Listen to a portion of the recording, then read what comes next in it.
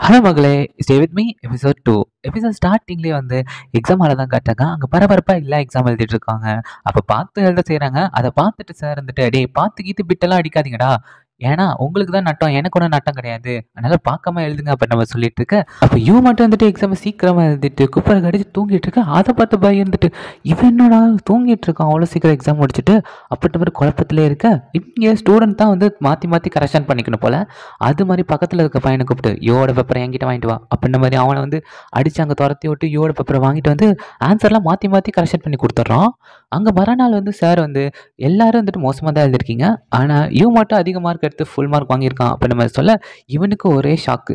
என்னடா நம்ம தப்பு தப்பாக தானே திருத்தி கொடுத்துருந்தோம், எப்படி அவன் ஃபுல் மார்க் வாங்கினான் அப்படின்ட்டு பக்கத்தில் இருக்க பையனை கூப்பிட்டு, டேய் நீ தான் வாத்தியார்ட்ட சொல்லி விட்டியா அப்படின்ற மாதிரி சொல்ல, டேய் எனக்கு ஒன்றும் தெரியாதுடா, நான் எதுவுமே சொல்ல, அது நீ இப்படி என்னை மிரட்டினா நான் எப்படா சொல்லுவேன் அப்படின்னு சொல்ல, அப்போ எப்படி அவன் ஃபுல் மார்க் வாங்கினா, நான் தப்பா தானே திருத்தி கொடுத்தேன் அப்படின்னு மாதிரி சொல்ல, டே அவன் இந்த எக்ஸாமில் மட்டும் ஃபுல் மார்க் வாங்க மாட்டான், அவன் எல்லா சப்ஜெக்ட்லேயும் ஃபுல் மார்க் தான்டா வாங்குவான், அதனால டவுட் வந்து கேட்டிருப்பாங்க போல, அவன் திரும்பி கூட எக்ஸாம் எழுதி கொடுத்துருப்பான் அப்படின்னு மாதிரி சொல்ல, அடுத்த சைடில் சார் கூப்பிட்டு நம்ம யோவை, டே இங்கே பாரு பார்த்து நடந்துக்கோ, உன்னோட ஆன்சர் ஷீட்டில் மாற்றி மாற்றி திருத்தி வச்சுருக்காங்க, நான் தான் சரி பண்ணி திருத்தி கொடுத்துருக்கேன், எல்லாம் ஜெலஸ் ஆகிறாங்க நீ நிறைய மார்க் வாங்குற அப்படின்றத பார்த்து நடந்துக்கோப்பா அப்படின்னு மாதிரி சார் சொல்லிட்டு போக, இங்கே எந்த லூசுக்கு இருக்கு அந்த மாதிரி பண்ணான்னு தெரியலையே அப்படின்ற மாதிரி முடிச்சுட்டு இருப்பான். இங்கே பை இருந்துட்டு ஒரு பக்கமாக இவனை போட்டு டார்ச்சர் பண்ணிட்டு இருக்க. ஈவினிங்காக வீட்டை தான் காட்டுறாங்க, யோ வீட்டை. அங்கே ஆன்ட்டி குட்டி பாப்பாவை வர, அங்கேயோ இருந்துட்டு குட்டி பாப்பா கூட ரொம்ப ஜாலியாக விளையாண்டுட்டு இருக்கான்.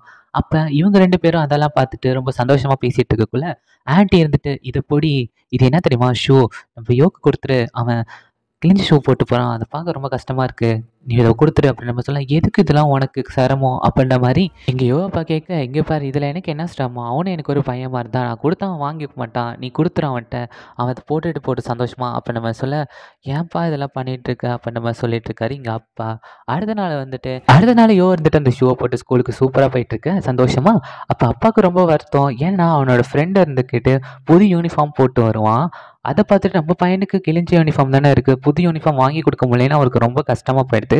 வெளில ஸ்கூல் பசங்க போட்டு போகிறத பார்த்துட்டு இவருக்கு ரொம்ப கஷ்டமாயிட்டாரு. அப்படியே இருந்துட்டு இவனும் சந்தோஷமாக போயிட்டுருக்குள்ள, அங்கே பை இருந்துட்டு புது ஷூவாடா, இருடா அந்த ஷூவை அழுக்காக்குறான் அப்படின்ற ஒரு கங்கணத்துலேயே நின்றுட்டு அவன் விளையாட போகிறப்ப அந்த ஷூலேயே கான்சன்ட்ரேட் பண்ணி உதவுன்னு அந்த ஷூவை போட்டு அழுக்காக்க, இங்கே இருந்துட்டு நம்மளுடைய இருந்துட்டு, இவன் என்ன இப்படி இருக்க மாதிரி நம்ம ஷூ கிட்டே வரான், நான் விளையாடுறத நிப்பாட்டுவோம் அப்படின்ட்டு, நான் விளையாடுறதுக்கு வரல, எனக்கு ரொம்ப டயர்டாக இருக்குது, நான் கிளம்புறேன் அப்படின்ட்டு அங்கே இருக்கவங்க கிட்ட சொல்லிவிட்டு நம்ம இருந்துட்டு உள்ளே போயிட்டான்.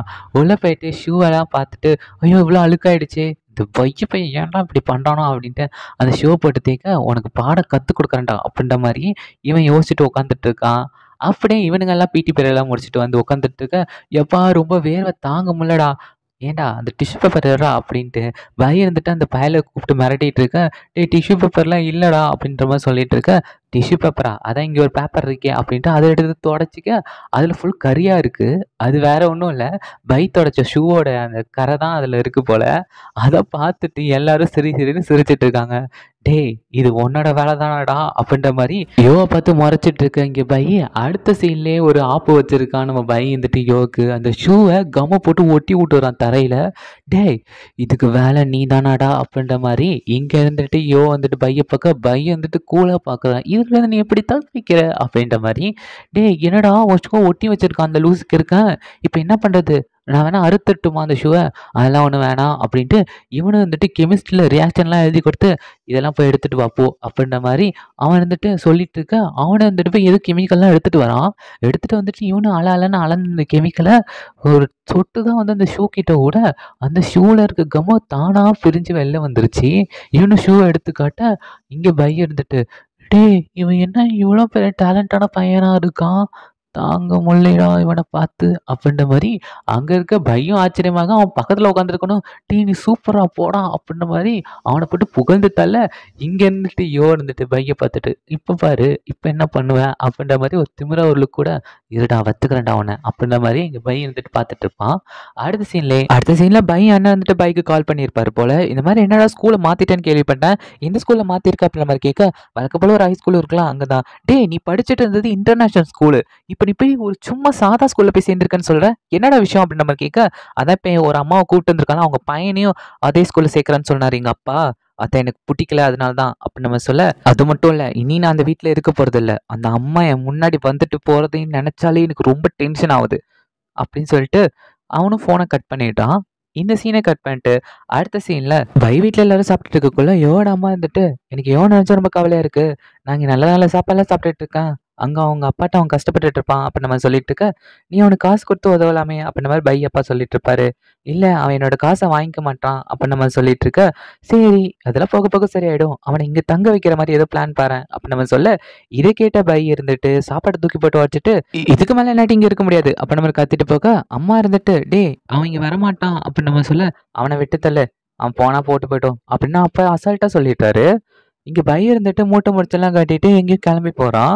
இந்த சீன கட் பண்ணிட்டு அடுத்த சீன்ல எங்கேயோட அப்பா காலைல எங்கேயோ கிளம்பி போக, ஐயோ இருந்துட்டு, "எங்கப்பா காலைல கிளம்பி போறீங்க?" அப்ப நம்ம சொல்ல, "இல்லப்பா எனக்கு ஒரு கனவு வந்துச்சு." "என்ன கனவு?" "அது ஒண்ணும் இல்லப்பா, லாட்டரி சீட்டு நான் வாங்கி லாட்டரில மில்லியன் கணக்குல காசு வந்துருச்சுப்பா." அப்ப நம்ம சொல்ல, "என்ன திடீர்னு?" அப்படின்ற மாரி கேட்க, "இல்லப்பா நேத்து என்ட்ட ஒரு தாத்தா சொன்னாரு, இந்த மாரி நியூஸ் பேப்பர்ல பார்த்தேன். லாட்டரி தான் ஒரு கனவுல வந்துச்சாம். அது மாரி லாட்டரி வாங்குனாராம். அவர் ஜெயிச்சுட்டாராம். அந்த மாரி எனக்கு வந்திருக்குல்ல. நானும் போய் வாங்கி பார்க்குறேன்ப்பா." அப்ப நம்ம சொல்ல, "எப்பா அதெல்லாம் வாங்கி ஏமாத்துறாதீங்க. அதெல்லாம் ஃபேக் நியூஸ்." அப்ப நம்ம சொல்ல, "அதெல்லாம் ஒண்ணும் இல்ல. நான் போய் வாங்க தான் போறேன்." அப்படின்ற மாரி இவரு சொல்ற பேச்சு கேட்காம போறாரு. ஆனா அவர் லாட்டரி வாங்க போல. இவரு ஒரு இடத்துக்கு வேலைக்கு போயிருப்பாரு. அது எந்த இடத்துக்குன்னா, பையோட வீட்டுக்கு தான். அவன் வந்து வீடு காலி பண்ணிட்டு வந்திருப்பான்ல. அங்க போய் இவரு வந்துட்டு வேலை செஞ்சுட்டு இருக்கக்குள்ளயே, இவராட்டி அந்த வெயிட் எல்லாம் தூக்க முடியல. கீழ வைக்கிறப்ப ஒரு முதுகு புடிச்சிருது. "என்னாச்சு சார் நீங்க ஓகேவா இருக்கீங்களா?" அப்படின்ற மாரி கேட்க, "இல்ல என்னோட முதுகு கொஞ்சம் சரியில்ல." அப்படின்ற மாரி சொல்ல, "சரியில்லாதப்ப நீங்க எதுக்கு வர்றீங்க வேலைக்கு?" அப்படின்ற மாரி கேட்க, "இல்லப்பா என்னோட பையனுக்கு யூனிஃபார்ம் வாங்கணும் அதனால தான்." அப்படின்ற மாரி சொல்ல, இவனுக்கு ஒரு மாரி ஃபீலிங் ஆயிடுது. அவர உட்கார வச்சு பேசிட்டு இருக்கக்குள்ள, அப்படியே பேசிட்டு இருக்கக்குள்ள அப்பா வந்துட்டு இவ பத்தி சொல்லிட்டு இருக்காரு. பார்த்துட்டு, "உன்னோட வயசு தான்ப்பா என் பையனுக்கும். அவன் கிளாஸ்ல ஃபர்ஸ்ட் தெரியுமா? ஆனா அவன என்னாட்டி சந்தோஷப்படுத்த முடியல. அவன் வயசுக்கு." அப்படின்ற மாரி சொல்லி இவரு வருத்தப்பட்டுட்டு இருக்கக்குள்ள, இருந்துட்டு, "இந்தாங்க நீங்க செஞ்ச வேலைக்கு அமௌண்ட்." அப்புறமா அதிகமா குடுக்குறான். அத பார்த்துட்டு அப்பா இருந்துட்டு, "இல்ல, இல்ல நான் பேசின காச குடுப்பா. நீ அதிகமா குடுத்தா என்ன ரொம்ப இன்சல்ட் பண்ற மாரி இருக்கு. நான் ரொம்ப பாவம். நீ எக்ஸ்ட்ரா காசு குடுக்குற மாரி எனக்கு ஃபீல் ஆகும்ப்பா."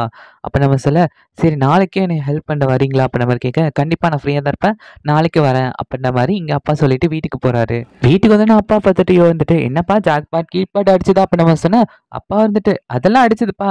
கனவுல வந்த மாரி ஆனா இன்னைக்கு கொஞ்சம் அமௌண்ட் அடிச்சிருக்கு. நாளைக்கு பெரிய அமௌண்ட் அடிக்கும் பாரேன்." அப்படின்ற மாரி இங்க யோட்ட சொல்லிட்டு இவரு கதவ சாத்திட்டு ரொம்ப முதுகு வலிக்குது போல. அத வந்து வெளில காமிச்சுக்காம உள்ள உட்காந்து அழுதுட்டு இருக்காரு. அப்படியே மறுநாள் வந்துட்டு வீட்டுக்கு வேலைக்கு போகக்குள்ள, "என்னப்பா நீ மட்டும் வந்திருக்க? வீட்ல இருக்கவங்கலாம் எங்க பேரண்ட்ஸ்?" அப்படின்ற மாரி கேட்க, "நான் வீட்ட விட்டு வந்துட்டேன்." "என்ன காமெடி பண்றியா? பின்னாடி உங்க அப்பா, அம்மா வராங்களா என்ன?" "இல்ல நான் வீட்ட விட்டு ஓடி வந்துட்டேன். நான் தனியா இருக்க போறேன்." அப்படின்ற மாரி சொல்ல, "என்னப்பா இப்படி சொல்ற? உங்க வீட்ல இருக்க அப்பா, அம்மா ரொம்ப கஷ்டப்படுவாங்கல்ல நீ இத கேட்டா." அப்படின்ற மாரி அவரு சொல்ல, "எனக்கு அம்மா இல்ல. அம்மா இறந்துட்டாங்க." அச்சச்சோ! அப்ப நான் ஏதோ தப்பா கேட்டா மன்னிச்சிரு. அத உன் மனசுக்கு எடுத்துக்காத." அப்படின்ற மாரி எங்க அப்பா சாரி கேட்க, "உங்களுக்கு எப்படி தெரியும்? எங்க வீட்டு கதைய கேட்கிறீங்களா? வந்து உட்காருங்க." அப்படின்ற மாரி இங்க இருந்துட்டு இருந்துட்டு அவங்க வீட்டு கதையெல்லாம் சொல்லி முடிக்கிறான். ஆனா, அது எல்லாத்தையும் காட்ட மாட்றாங்க. இங்க என்ன சொல்லிட்டு இருக்காங்க அப்டின்ட்டு. இவரு அப்பா வந்துட்டு கதைய கேட்டு முடிச்சுட்டு, "என்னப்பா என் பையன் தான் இவ்ளோ ரொம்ப கஷ்டப்பட்டு இருக்கான்னா, நீயும் ரொம்ப கஷ்டப்படுறியே. ஆனா நான் ஒண்ணு சொல்றேன்ப்பா, எந்த அப்பாவும் இருந்துட்டு அவங்க பையன் வந்துட்டு கஷ்டப்படணும். ஏதோ ஒரு வழியில அவங்களோட அன்ப காமிச்சுட்டு தான் இருப்பாங்கப்பா. அது உங்க அப்பா உனக்கு காமிச்ச லவ்வ வந்து உனக்கு புரிஞ்சுக்க முடியாது போல. அவருக்கு அத எப்படி காட்டணும்னு தெரியல அது போல. நீ ஆனா தப்பா எடுத்துக்காத. எந்த அப்பா வந்துட்டு அவங்க பையன் வந்துட்டு நல்லா இருக்கக்கூடாதுன்னு நெனைக்க மாட்டாங்க." அப்படின்ற மாரி இங்க இருந்துட்டு நம்மளோட அப்பா சொல்லிட்டு இருக்க, அவனும் வந்துட்டு பொறுமையா கேட்டுட்டு இருக்கான். "இங்க பாரு என்ன நெனச்சா ரொம்ப கஷ்டமா தான் இருக்கு. என் பையனுக்கு ஒரு யூனிஃபார்ம் கூட வாங்கி தர முடியல. அவன நான் சந்தோஷமா என்னாட்டி வச்சுக்க முடியல. ஆனா அவன் அதெல்லாம் எதிர்பார்க்க மாட்டான். ஆனா என் மேல ரொம்ப பாசமா இருப்பான் அவன். ஆனா நான் இப்ப வேண்டிக்கிறதெல்லாம் என்ன தெரியுமா? அடுத்த டைம் ஒரு சான்ஸ் கிடைச்சா கூடயும் அவன் எனக்கு புள்ளையா வந்து பொறந்துறக்கூடாது." அப்படின்ற மாரி எங்க அப்பா இருந்துட்டு நெனச்சு ரொம்ப வருத்தப்பட்டுட்டு இருக்கேன். இதெல்லாம் பார்த்துட்டு ரொம்ப ஃபீல் பண்ணிட்டு இருக்கான். அப்படியே இந்த சீன் முடிஞ்சிருது மக்களே. அப்படியே எபிசோடு முடியுது. பார்த்தீங்களா? எபிசோடு எவ்வளோ சூப்பரா இருக்குன்ட்டு. அடிக்டட் ஹீரோயினிய விடவே இந்த ஸ்டே வித் மீ எனக்கு ரொம்பவே பிடிச்சிருக்கு. ஒரு ஒரு எபிசோடும் சூப்பரா எடுத்திருக்காங்க. நல்ல கதையோட எடுத்திருக்காங்க. சும்மா மேலோட்டமா சொல்லாம, உண்மையிலேயே வாழ்க்கை நடைமுறையில என்னென்ன இருக்கும் அப்படின்றது, அம்மா, அப்பாவ செப்பரேட் ஆயிட்டாங்கன்னா என்ன நடக்கும் அப்படின்றத சூப்பரா இந்த சைனீஸ் வெர்ஷன்ல சூப்பரா சொல்லியிருந்திருப்பாங்க. எனக்கு இது ரொம்பவே பிடிச்சிருந்துச்சு. அதனால தான் வந்துட்டு நான் அப்லோடே பண்ணிட்டுருக்கேன். உங்களுக்கும் ஸ்டே வித் மீ இந்த 2வது எபிசோட் புடிச்சிருந்துச்சுன்னா மறக்காம லைக் பண்ணிட்டு, அப்படியே சேனல சப்ஸ்கிரைப் பண்ணிக்கோங்க. வரப்போற எபிசோடுக்காக. புது சீரிஸ் நான் ஒண்ணு பார்த்து வச்சிருக்கேன். அதுவும் அப்லோட் பண்ணலான்ட்டு இருக்கேன். அதுக்கும் வெயிட் பண்ணுங்க. Stay tuned. டாடா பாய்.